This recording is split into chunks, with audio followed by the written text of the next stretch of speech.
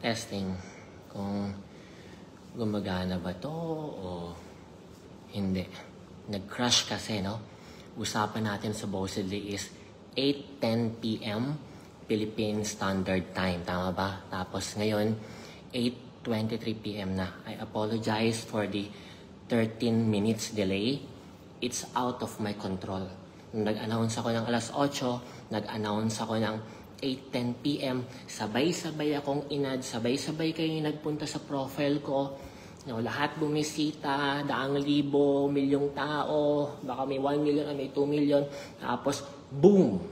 Nag-hang, nag-crash yung Facebook account ni Christian Albert Gasa sa sobrang daming nakaabang. Bakit ba maraming nakaabang ngayon? Well, nakaabang kasi kayo ngayon dahil gagawa sana tayo ng hopefully na ma-break natin yung Philippine record na most number of live viewers in Philippine history. So ngayon, meron tayong 1 minute, meron pa lang tayong 51,000. Malayo pa tayo sa quota natin. Ang nabit natin na record last night, midnight around 12:30 to 1 a.m. Philippine time is 356,000 live viewers. So malayo pa tayo ng 62,000 pa lang. Mag-iintay pa po tayo ng mga few minutes. Like 3 minutes, 4 minutes, 5 minutes. Chill lang po tayo ha. Wag po kayo masyadong ma-stress, magmadali. Baka meron kayo dyan mga pwedeng mainom, na alak, mga chicha-chicha. So, bago po ang lahat, gusto ko lang i-promote yung aking online casino. Kasinyam. So, spells at CASINYAM.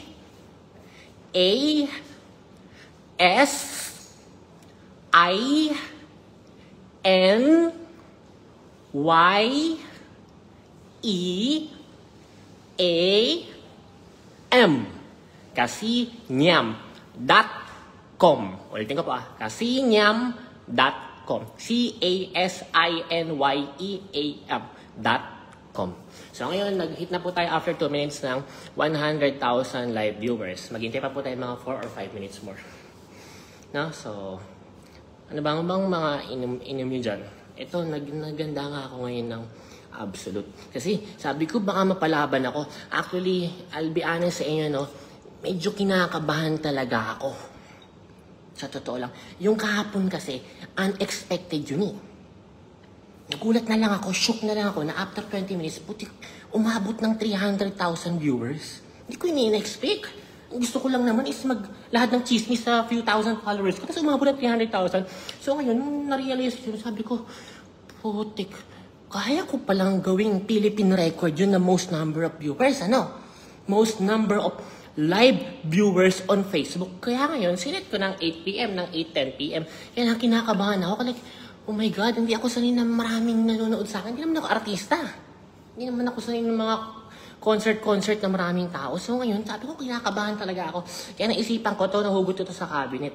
Total, sana mag-inom na rin kayo dyan, na? Sino ba to? Mary Ann, simulan mo na. Wait lang, konti pa lang, 138,000 pa lang. Hintayin muna natin yung iba.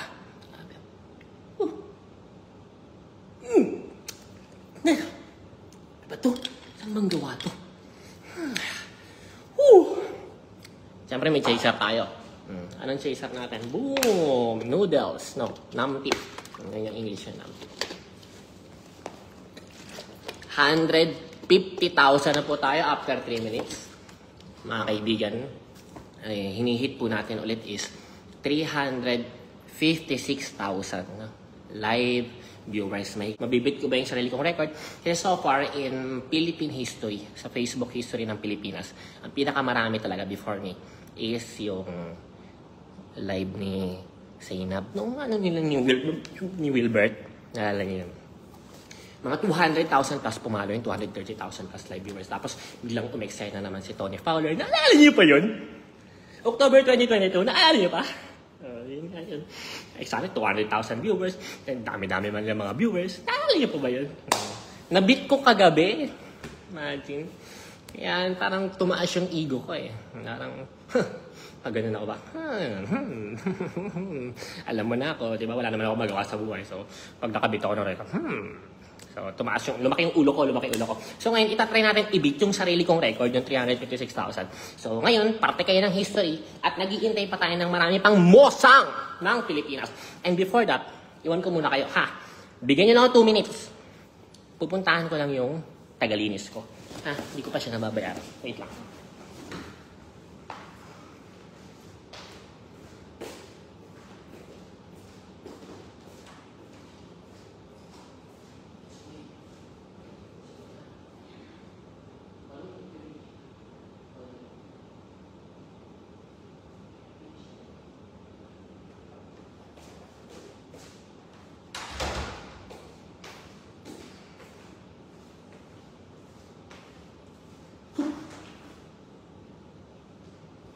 Ayos. Ilan na kaya? Ilan na viewers natin? Ang tagalinis kasi ko 194,000. Pwede na rin, pero kulang pa to. Diba? Kailangan mabuti yung mga kalahating milyon. Pero hindi ko sure. Pinakabahan talaga ako.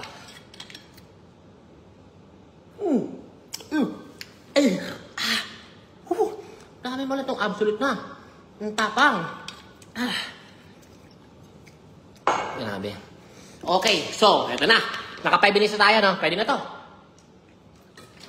Sorry na yung mga late. Congratulations. Nauna kayo.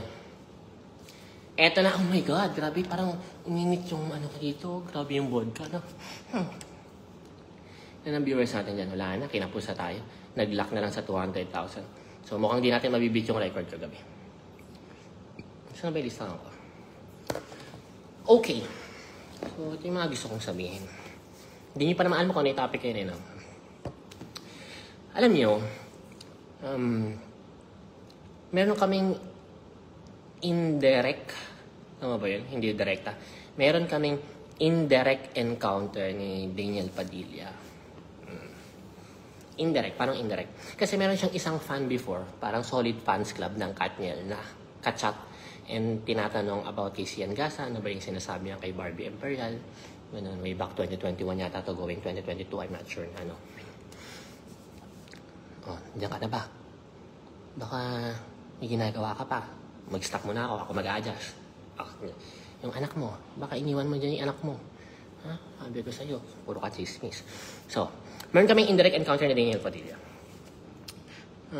Sabi niya dun sa kachat niya, na screenshot nung in-open up, ano yung masasabi niya dito kay Sian Gasa? Sabi niya, wag niyo pansinin yun. Ito pa yung pangalawa. Nonsense. Saktan ako. Doon ako nagkahugot. Well, totoo naman, hindi naman ako nagmamagaling. Totoo naman na nonsense ako at hindi naman ako kapansin-pansin. Until now, hindi naman mataas yung tingin ko sa sarili ko. No? Pero, nasaktan pa rin ako. Sabi ko talaga, Sabi ko, ginawa ko yung hugot ginawa ko yung motivation. Sabi ko, sa sarili ko, doon ako sa Dubai na doon nangyari yan, sabi ko. Daniel Padilla, sa sarili ko lang, wala akong sinabing doon naka-video, sabi ko lang. Daniel Padilla, balang araw, magkakasense din ako. At least aminado sa sarili na nonsense, di ba? Ginawa ko siyang hugot para mapunta ako sa better place. One day, Daniel Padilla, magkakasense din ako. At pag nagkasense ako, kausap ko yung sarili ko sa salamin sa Dubai. At pag nagkasense ako, mapapansin mo na ako. Yun yung naging hugot ko. Kaya ako talaga pinintuloy itong breakup nila. Ang tagal ko itong inintay. Itong perfect opportunity na to. Lahat ng chismis about kay Daniel. Alam niyo na, mahilig kasi ako mag-chat-chat-chat ng mga iba't ibang babae. Aminado naman ako doon. Alam niyo, mabuti naman akong lalaki. Mabuti naman akong tao. Mabuti naman akong boyfriend. Mabait ako. Jowa. Kung may marinig kayo mga kasiraan sa akin tungkol sa mga iba kong ex, baka siya lang nakakaalam nun. Baka, siyempre, kwento mo yan, masama ako dyan, di ba? Pero pag tinanong nyo naman iba kong ex, may mga 15 din yun. Pag tinanong nyo naman sila, mabait naman ako. Isa lang talaga yung problema ko na sasabihin nila sa yung na same na comment. Mahilig ako makipag-chat. At dahil mahilig ako makipag-chat, ang dami ko nasasagap na chismis. Ang tagal ko nang alam yung pambababae ni,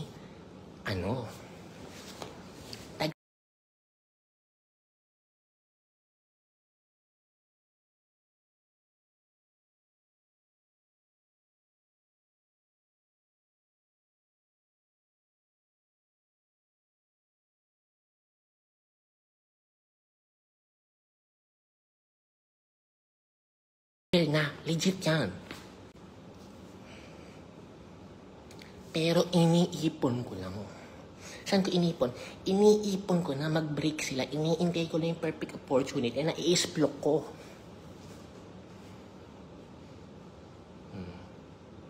Diba? Bakit ka mo? Bakit? Kasi nga may hugot ako eh. Tinawag akong nonsense. Huwag mong pansinin yun. Nonsense. Ang liit-liit ng tingin niya sa akin.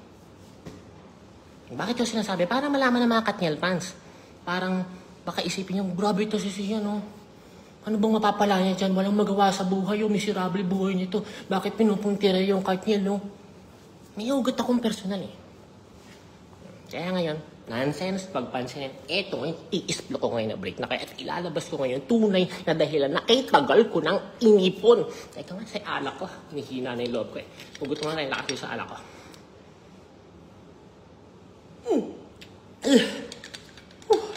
Kipait ng Katniel fans. Okay, so going back. Saan ako? Nahilo ako sa alak. Lakas. Init. Going back. So, ngayon, pupunta naman sa akin. Alam mo, na-realize ko, nandun na ako sa point ng buhay ko na kaya ko palang sumira ng karir. Sa totoo lang, no? Sabi ko, grabe naman pala tong, parang kakaiba yung power na binigay sa akin ni Lord. Na parang, kaya ko walang sumira ng karir ngayon. Kaya kong sumira ng buhay ngayon. And at the same time, kaya ko rin linisin yung pangalan ng isang taong sinisiraan. So, for example, sino ba yung tropa ko na paraging lagi may issue? Lagi may problema? Si Zainab. Diba? Palagi yung nasisiraan. Ang dami-dami yung mga sinasabi yan. Maraming nakakaaway yan. Sino ba yung palaging nagpo-post pag nadadali na si Zainab? Siyempre, yung kanyang beshi-beshi, tropa na si Sian. Pero ako naman, pag alam kong nasa mali yung tropa ko, hindi kita dedepensahan, masisira ako dyan eh.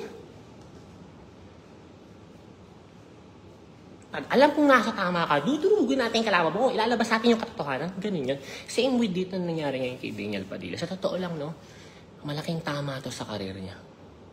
Ako, nag-iintay na ako ng cyber libel. Kasuhan? Sanay ako dyan, huy! Nag-iintay ako, 2 cyber libel. Piling ko yan yung Christmas gift ko.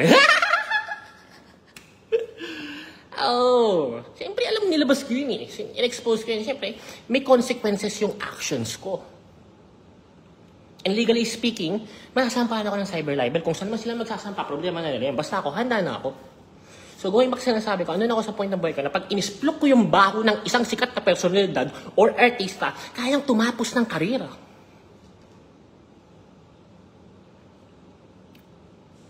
Bakit ka mo? Yung image nila sa publiko, yun ang brand, yung pinaka-pera nila, yung milyon nila, yung pinaka-brand nila.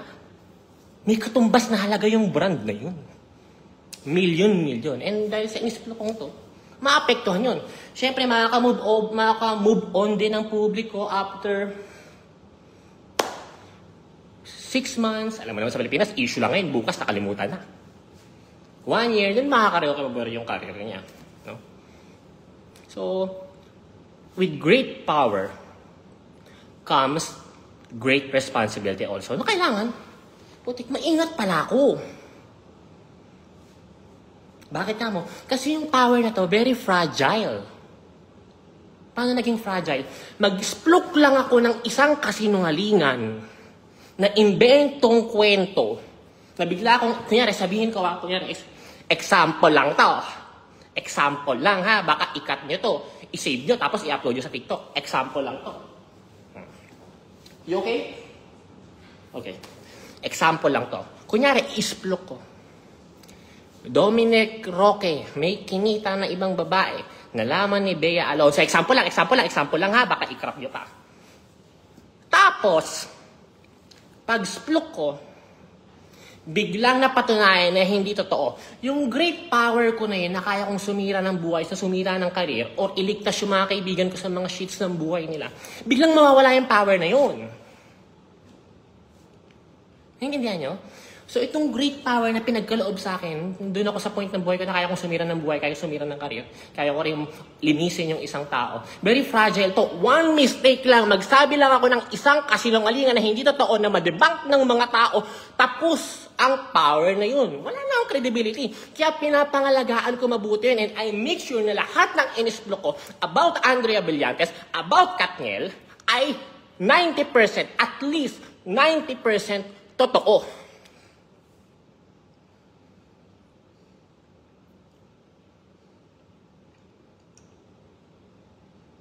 Kaya kung sasabihin niyo sa akin, o itatanong niyo, totoo ba yung mga pinagsasabi ni Sian? Definitely, sinurbol ko yun. Ang tagal kong inipon yun for the past 2 years. Naku, baka nag-iimbento lang naman. Hindi naman very loyal naman itong si Daniel, hindi naman babae. Tagal kong inipon yun. At tinataya ko yung pangalan ko, yung power na tinatawag, na great power comes great responsibility, na pag nagsinungaling ako at sinabi ko itong mga sinabi ko ngayon, last video ko na hindi totoo pala, at na-debunk yun, sira ako. So, tinaya ko pangalan ko dun. So, kung sasabihin sa akin, Sian, how sure are you? I'm sure 90%. Yung 10%, yung mga maliliit na detalye na lang. Okay? Check ko lang yung maid ko. Nagmamap siya. Hindi ko yung jowa. Maid ko yan. Okay. Next topic. Ito na. Ito yung pinaka-topic. Bakit natin ginawa yung biggest Facebook Live in Philippine history? Ano yun? Chismis culture in the Philippines. Chismis culture sa bansang Pilipinas. Na meron lang mag-post na isang no one na i-post yung picture ni Andrea Brillantes, na hindi naman kilala ng tao to ha. Andrea Brillantes, i-post yung picture sa Spain ni Daniel Padilla. Pag samasamahin sa isang post, magiging katotohanan na papaniwalaan ng mga tao. Tama? Ganyan, hindi lang to first instance. Ganyan ang chismis culture in the Philippines. May magpo-post na si ganito, syabet daw ni ano. Papaniwalaan na agad ng tao kahit walang fact-checking.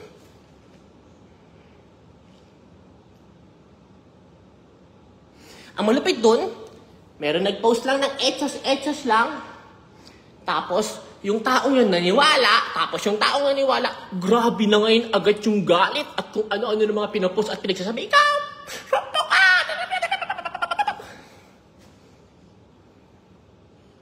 Tama. For example, I'll give you one example na ginawa akong experiment, no? Kanina nag-post ako ng picture sa elevator.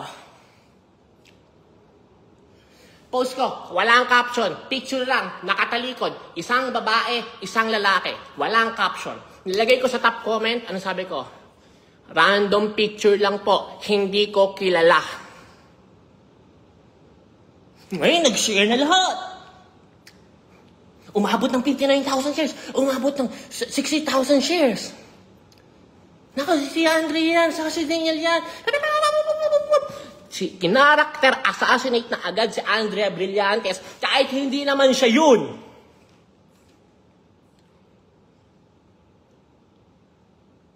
Ang dami ng umikot na kwento na ano kayang ginawa nila sa kondo. OMG, OMG. Wala akong sinabi sa caption, ha? At sinabi ko random picture, hindi ko kilala. And same thing happening in the Philippines always sa lahat ng issues, sa lahat ng chismis, kay Shukabit pa or whatsoever, that's the chismis culture in the Philippines, na kapag yung isang bagay na paninira ay pinaniwalaan ng maraming tao, ng milyong-milyong tao, yung paninira na imbentong kwento ay nagiging katotohanan na.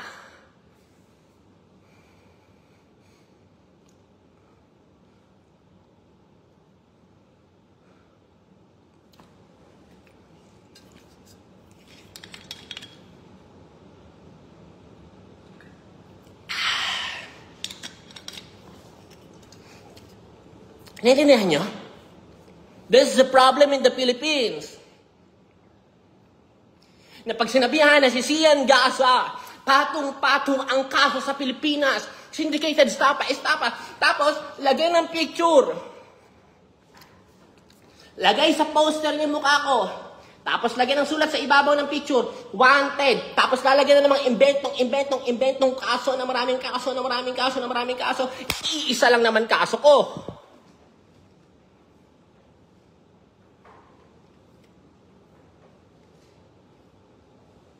Pero dahil marami nang naniwala, yun na yung totoo. Nasisiyan ka sa patong-patong ang kaso sa Pilipinas. Hindi na yung chismis culture in the Philippines. Lang ngayon, ginagrab ko tong opportunity na to, yung influensya ko, para malinaw sa inyong mga utak na hindi lahat ng nakikita ninyo sa social media ay totoo.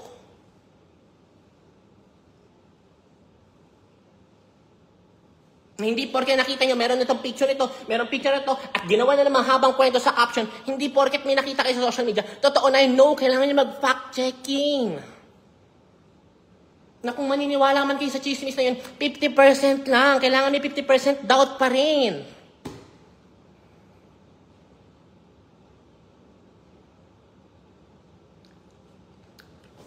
Yun lang. Naway, bilang pambansang marites ng Pilipinas and having this power and influence all over my kababayans, yun lang sana gusto kong sabihin na final words. Maging responsable kayong mosang. Maging responsable kayong marites. Okay? Chismis and paninira are two different things. Posible na yung chismis ay katotohanan na chinika-chika at yung paninira ay inventong kwento na chinismis-chismis. So maging responsable kayong mosang sa mga susunod na issue pagkatapos ng Katniel at wag kayong magka-character assassinate ng tao nang hindi nalalaman yung buong kwento. At hindi nalalaman yung buo niyang pagkatao. Dahil hindi niyo alam sa bawat salitang sinasabi ninyo, tinatawag niyo siya kung ano-ano man. May isang buhay na nasisira na after ninyo makamove on after 1 week, 2 weeks, 3 weeks at makamove on na yung buong Pilipinas, yung buhay na yun ay sira na at hindi na mababalik pa. Maraming salamat po. And congratulations for having this 421,000 ba yun? Peak na largest Facebook Live in Philippine history.